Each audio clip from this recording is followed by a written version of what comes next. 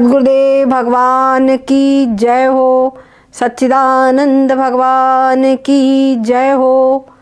हमने आप लोगों को बता रहे हैं कि ओमकार, ओमकार अर्थात संपूर्ण विश्व, ओमकार अर्थात संपूर्ण विश्व कैसे है, यही चर्चा अपनी चल रही है।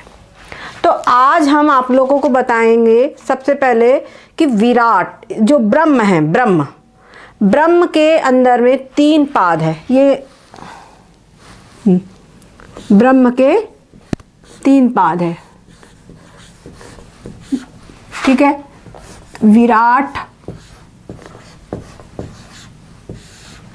हिरण्यगर्भ,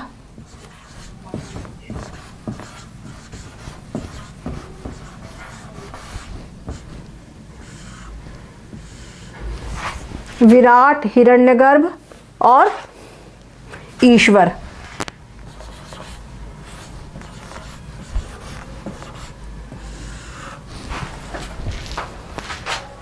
इसमें 3 पाद है। अब उसके बाद में ये बताया गया था कि जो आत्मा है, आत्मा के भी 3 पाद है।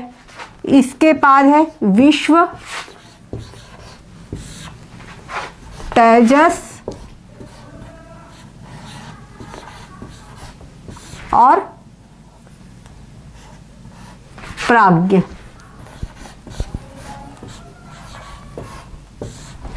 ठीक है, तेजस और प्राज्ञ, ये 3 है आत्मा के पाद।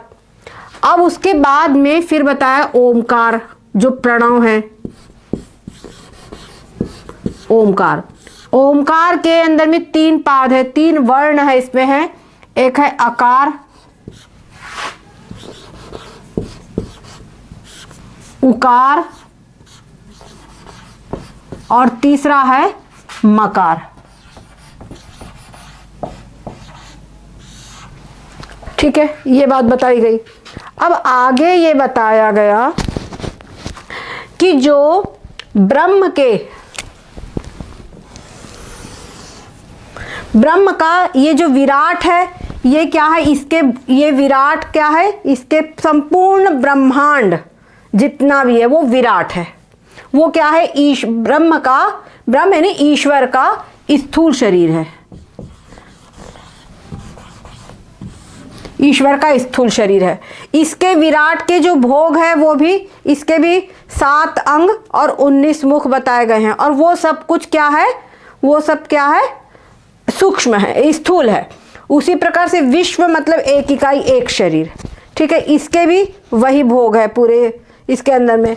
अच्छा, अब ये जो ओमकार है, ओमकार का एक पाद है जो अकार, ये भी स्थूल है। तो जो ये विराट है और विश्व है, दोनों की एकता है। विराट जो है ये क्या है, विराट है पूरा समष्टि, और जो विश्व है वो है व्यष्टि। ठीक है, इसके अंदर में हमने आप लोगों को बता चुके हैं। जो स्थूल रूप, आप लोग जरा यहाँ ध्यान से देखिए, स्थूल रूप जो विराट है, इस विराट के और ये इस विश्व के, इसके स्वर्ग, सूर्य, वायु, आकाश, समुद्र, पृथ्वी और अग्नि, ये 7 अंग है। ठीक है। अच्छा, जो ये विश्व है, इस विश्व के, इसके 5 प्राण, 5 कर्मेंद्रियां, 5 ज्ञानेंद्रिय और 4 अंतःकरण, ये 19 मुख है। अच्छा, ये जो विराट है, इसके भी ये 19 मुख है, पर ये क्या है, समष्टि के है इसके। ये बात हो गई। तो ये इनकी जो त्रिपुटियां होती, 10 ज्ञानेंद्रिय, 5 ज्ञानेंद्रियां, 5 कर्मेंद्रियां और 4 अंतःकरण, ये 14।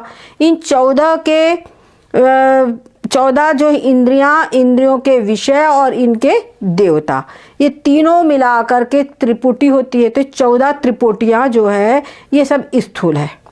ये इसको इनके द्वारा भोग होता है, इसलिए इनको मुख कहा जाता है। ये बात होगी इसमें। तो यहाँ पर विश्व जो है ये क्या है, एक इकाई है। ये एक इकाई है, मतलब कि व्यष्टि है। और जो विराट है ये समष्टि, तो दोनों एक है। अच्छा, इसमें ये क्या है, ये प्रथम पाद है। आत्मा का ये प्रथम पाद और ओमकार का भी ये प्रथम पाद है अकार। तो जो विराट है और विश्व है, दोनों की एकता है, और विराट और विश्व के साथ में अकार की एकता है। तो हमको ये चिंतन करना है कि जो विराट, ये जो शरीर है, ये शरीर यानी संपूर्ण ब्रह्मांड इसी में समाया हुआ है, दोनों की एकता है। जो ये शरीर है ये पूरा संपूर्ण ब्रह्मांड की इकाई है, इसका प्रतिनिधि है, इसी का अंश है। तो ये वही है, ठीक है। जैसे स्वर्ण का एक कण वो पूरा स्वर्ण ही है, वैसे ये पूरा पूरा शरीर जो है ये ब्रह्मांड ही है, इन दोनों की एकता है। और ये आकार रूप है। तो जब हम ओमकार का अ बोलते हैं तो ये अ बोलने पर ओमकार करने प्लुत ओम ऐसे दीर्घ बोला जाएगा, प्लुत बोला जाएगा। तब ये जो अ इसमें जो निकलता है, उस अ बोलते समय ये चिंतन करना चाहिए कि विश्व और ये पूरा पूरा ब्रह्मांड पूरा का पूरा एक है, ठीक है। अब उसके बाद में आती है बारी हिरण्यगर्भ की। ये जो है ये ब्रह्म का पाद है। ये क्या है, तेजस जो है ये सूक्ष्म है, ये इनके जो भोग होते हैं सूक्ष्म होते हैं। तो ये सूक्ष्म शरीर, इसकी उपाधि क्या है, सूक्ष्म है। तो हिरण्यगर्भ की तेजस के साथ में एकता, यही 14 त्रिपुटियां इनकी भी है। जो इधर 14 त्रिपुटियां थी वो हिरण्यगर्भ और तेजस की भी है, लेकिन ये त्रिपुटी सूक्ष्म है। जैसे हम स्वप्न अवस्था में देखते हैं, तो स्वप्न अवस्था में त्रिपुटी होती है ना, स्वप्न अवस्था के अंदर में आंख होती है, वही आंख तो देखती है। अगर आंख ना हो तो स्वप्न अवस्था के पदार्थों को कैसे देखेगी। तो स्वप्न अवस्था में हम सुनते हैं, तो जो सुनते हैं वहां पर सूक्ष्म कान होते हैं, समझ गए। वो सूक्ष्म जो इंद्रियां होती है वहां पर पूरी 14 त्रिपुटियां वहां भी होती है, पर वो सूक्ष्म होती है। तो 14 त्रिपुटी इसकी भी है, पर इसका भोग आदि सब कुछ सूक्ष्म है, तो ये सूक्ष्म शरीर के अंतर्गत होता है। तो हिरण्यगर्भ और तेजस की एकता है, ये समष्टि है, ये व्यष्टि है। और ये बाहर के पदार्थ लेता है विराट, इसलिए इसको बहिष्प्रज्ञ कहा गया है। ये भीतर के शरीर के भीतर में इसके पदार्थ सब भोगता है, इसलिए इसको अंतःप्रज्ञ कहा गया है।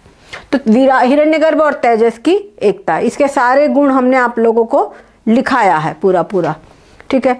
अच्छा, इसका जो तेजस है इसके भोग मनोमय और स्वप्नावस्था के होते हैं, तो इन दोनों की एकता है। और इस ओमकार का जो उकार है ये द्वितीय पाद है, इससे इनकी एकता है। हिरण्यगर्भ, तेजस और उकार की एकता है। अब उसके बाद में आ जाइए ईश्वर इस पे। तो यहाँ पर जो ईश्वर है, ये ईश्वर यहाँ पर क्या होता है, ये इसके कारण उपाधि है, ये इसकी उपाधि कारण है।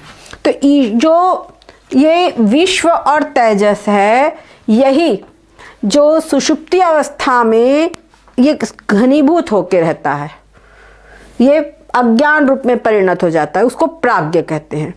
तो ये जो प्राज्ञ है इसीलिए इसको प्रज्ञान, ये इसको पे जैसे कहा था ना अंतःप्रज्ञ, इसको बहिष्प्रज्ञ, अंतःप्रज्ञ, इसको प्रज्ञान घन बोलते हैं। इसको क्या बोलते हैं, प्रज्ञान घन।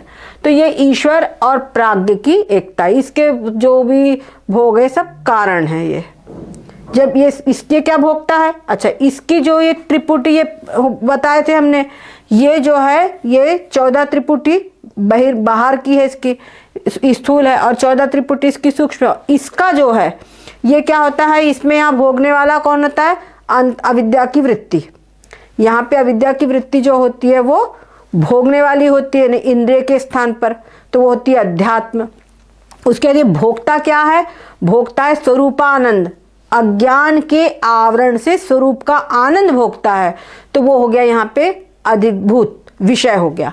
और उसके बाद में इसका देवता क्या है, ईश्वर, जो ब्रह्म, इसका जो अधिष्ठान ब्रह्म है वो इसका ईश्वर जो है देवता है। तो यहाँ पर भी त्रिपुटी होती है, पर वो त्रिपुटी भी कैसी होती है, वो मतलब उसमें हो गया। अब इसके बाद में ये जो मकार है, ये मकार जो है ये ओमकार का तृतीय पाद है, और ये ईश्वर जो है ब्रह्म का तृतीय पाद है। प्राज्ञ जो है ये जीव का मतलब जो आत्मा है उसका तृतीय पाद है।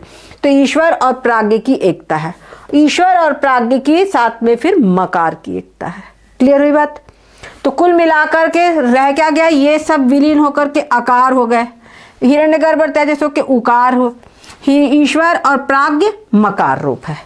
अब क्या हुआ, ये जो आकार है, ये जो विश्व है, हिरण्यगर्भ है, ईश्वर है, या विश्व है, तेजस है और प्राज्ञ है, ये वास्तव में एक ही है। केवल उपाधि से ही तो इनका भेद है ना, इनकी स्थूल सूक्ष्म कारण उपाधियों से भेद है, वास्तव में इनका भेद नहीं है।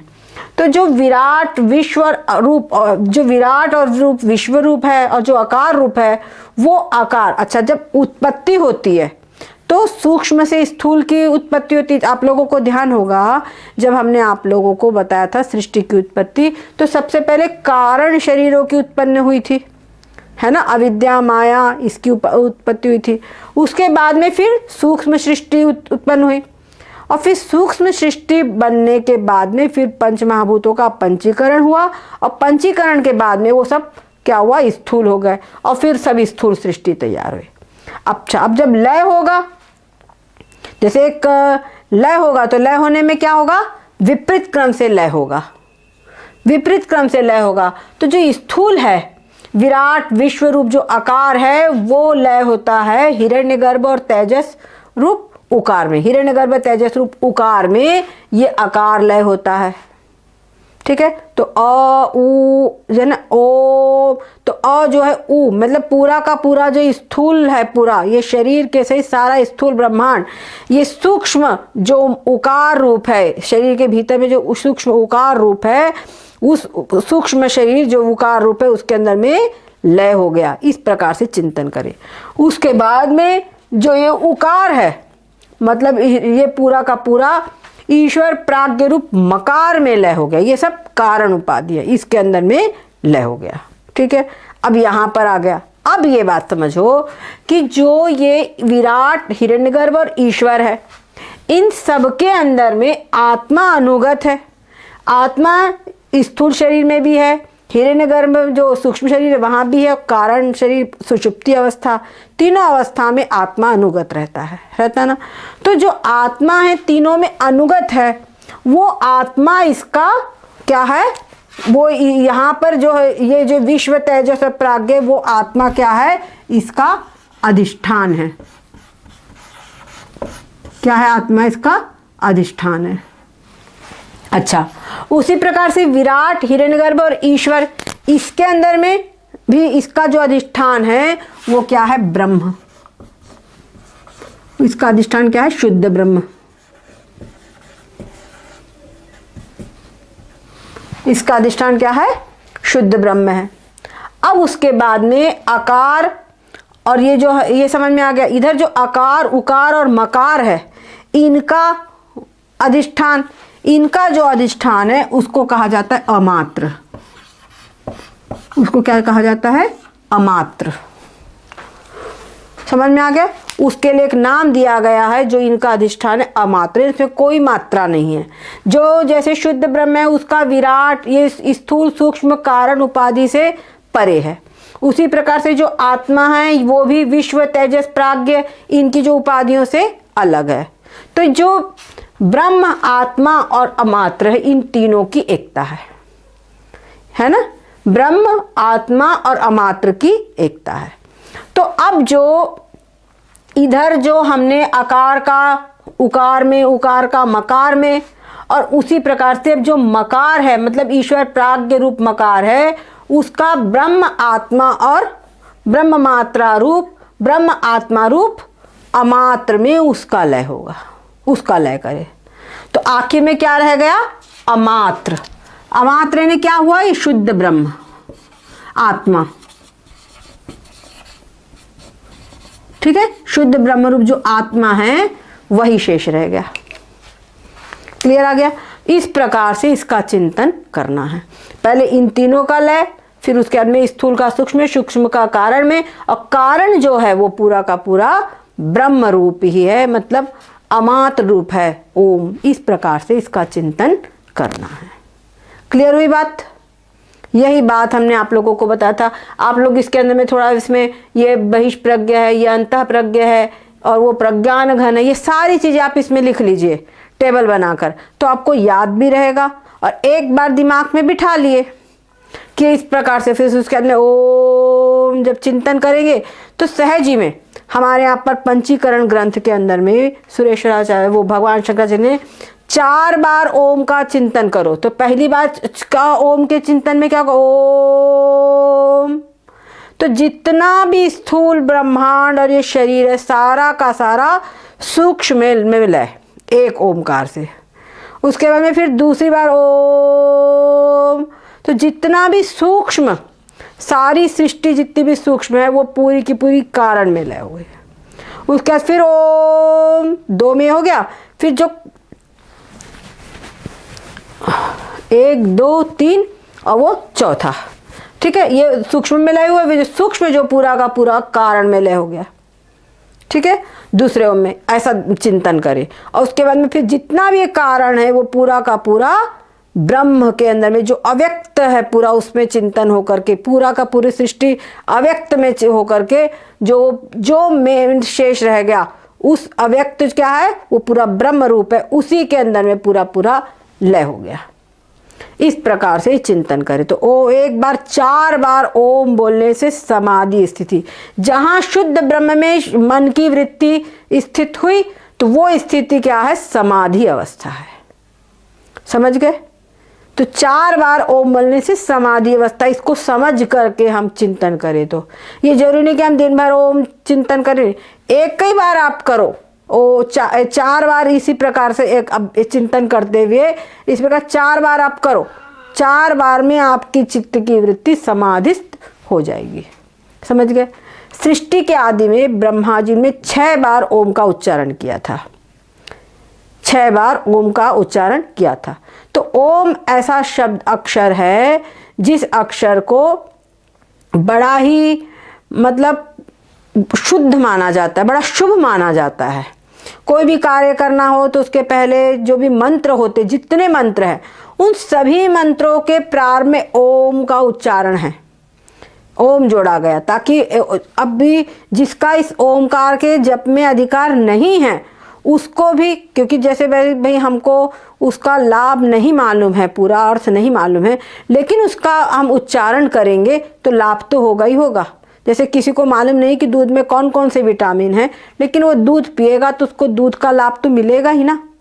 उसी प्रकार से ये नहीं मालूम है कि ओम का वास्तव में क्या, इतना पूरा डिटेल अर्थ नहीं मालूम है, लेकिन फिर भी जब ओम का उच्चारण करेगा तो उसको कुछ तो लाभ मिलेगा ही। तो वो लाभ सबको मिले और धीरे धीरे उसकी वृत्ति भी सूक्ष्म की ओर बढ़े। अब उनके सामने ओम नमः शिवाय, ओम नमो भगवते वासुदेवाय, विभिन्न मंत्र, क्योंकि उनके सामने भी उनको साकार रूप में पूजा करना है। उनकी आदत पड़ी है, जो जीव हैं उनकी आदत पड़ी है सब कहीं बाहर ये पदार्थ देखा, वो पदार्थ देखा, वो पदार्थ देखा। एक बार आपको बताएं, एक बार हमारे गुरु महाराज स्वामी जी महाराज एक गांव में गए। उस गांव में ज़्यादातर लोग मांस खाते थे। तो स्वामी जी ने वहाँ के अच्छे जो ठाकुर थे, जो मुख्य प्रधान, वो सभी की गांव में स्वामी के प्रति बड़ी श्रद्धा थी। सबके मन में स्वामी जी का पूजा पाठ आदि स्वामी को देख करके सब लोग बड़े एक आकर्षित तरह के मुग्ध जैसे हो गए। तो स्वामी जी को उन्होंने कहा कि महाराज कुछ चढ़ाएं, भाई संत हमारे आए तो उनको हम कुछ चढ़ाएं। तो स्वामी जी ने कहा अच्छा चढ़ाते हो, चढ़ाना है तो जो हम मांगे वो चढ़ाओ। तो बोले ठीक है स्वामी जी बताइए। तो स्वामी जी ने कहा कि ये जो मांसाहार आप करते वो हमको चढ़ा दो, मांसाहार नहीं करना। तो वो जो ठाकुर थे वो क्या बोलते, स्वामी जी मांस नहीं खाई तो फिर खाई क्या? यहाँ की उत्तर प्रदेश की भाषा में मांस वगैरह आप मना कर रहे हो तो फिर खाई का? तो स्वामी जी ने कहा दूध लो, दूध पियो, दूध खाओ, दूध के साथ रोटी पकड़ी तो दूध के साथ रोटी खाओ, तो उसमें भी मतलब पौष्टिक है। तो वो कह रहे कुछ क्षण मौन हुए, बोले स्वामी इसमें पकड़ी का मतलब ये कि जैसे हम सब्जी खाते हैं, आलू की रसेदार सब्जी, तो उसके अंदर आलू के टुकड़े में रोटी लगा करके उसको खाते हैं, है ना।